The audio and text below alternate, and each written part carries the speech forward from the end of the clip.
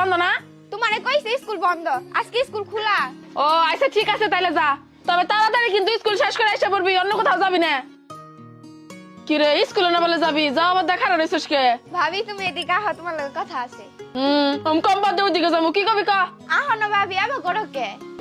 কি হইছে ক, কি কবি? ভাবি আমারে করে টিয়া দাও না।